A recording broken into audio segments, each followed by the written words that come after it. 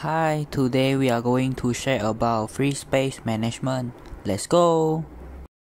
First, what is bit vector? Bit vector is in a table or a block. It will show 1 and 0. For 1, it shows that the block is free, and for 0, the block is used. So, to calculate the first free block is using a formula with number of bits per word times with number of zero value words plus offset of the first bit. So as example, the number of bit per word is 8 bit. So in formula we put 8 in here and time with number of zero value, which is 1. The whole word is 0, so it's 1 plus with offset of first 1 bit, so is number 4 here. It's 0, 1, 2, 3, 4, so it's 4, so the answer is 12. So after that, for bitmap needs more space to keep bit vector.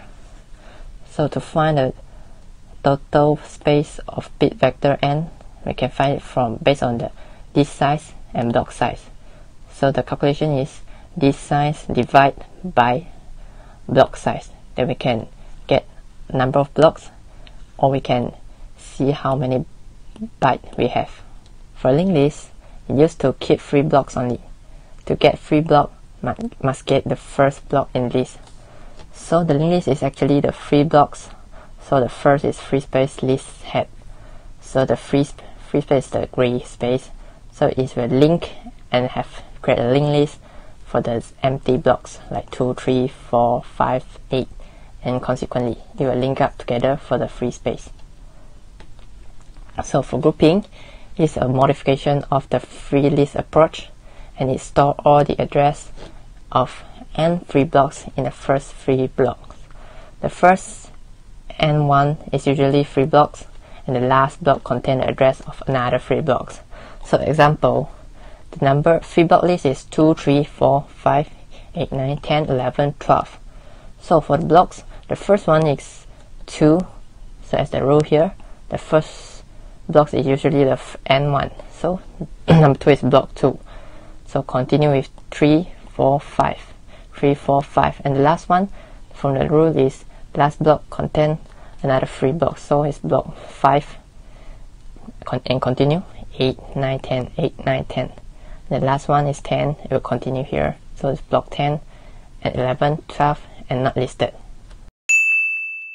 In the diagram, you can see that white color and green color, which is white color showing that the block is free, and the green color show that the block is used. So this can be solved by declaring the free block by 1 and use block by 0. So in this block, in this diagram, we can see block 5, 6, 7, 14, and 15, which is free. So we can declare it by 1. In linked list, the free disk block are linked together. It gives a pointer in the first free block in the special location of the disk. This first block contains a pointer to the next free disk blocks, and so on. Okay, so the last one is grouping. So for grouping, the address of a group of free blocks are stored in a certain block. The last block of a group contains the address to the next group of free blocks. So in this example, there is 5 blocks are free. In this case, we assume block can only store 2 block address. So the first block, which is block 5, will contain the block 6 and block 7.